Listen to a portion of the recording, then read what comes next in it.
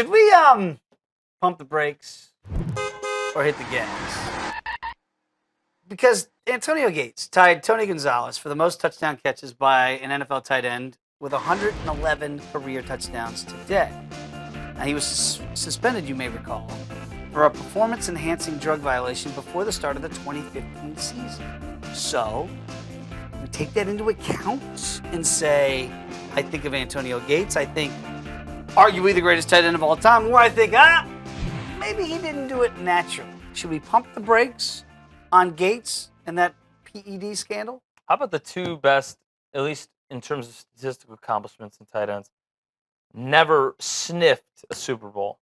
Really? No. Anyway, Gonzalez got close at the end of Atlanta. But yeah.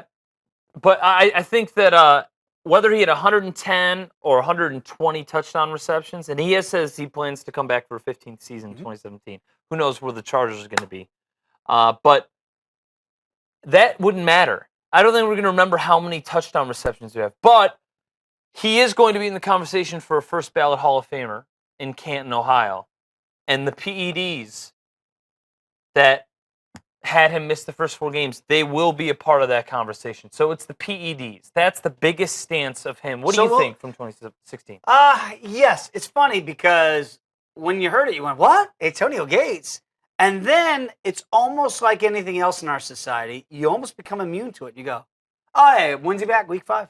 Yeah. And then you kind Football's of always been that way. They've always just when can you play? Yeah, because the anabolic steroid was almost, it wasn't a necessity, but it was so common in the 70s and 80s. I just wonder, though, if he's not a first ballot Hall of Famer, but if he is, in fact, a Hoffer, and his playing credentials obviously say that, but then if you try to take into the gray area of, well, was he doing this for the majority of his career? How much of it was he on something? Right. And we'll never know the answers to those questions. So how do you quantify 4-game suspension versus what was natural to get him to be one of the best tight ends we've ever seen in the history of the game?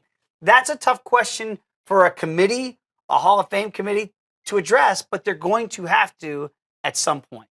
And they will, and we'll find out if he makes it in as a first ballot or if he makes it in at all.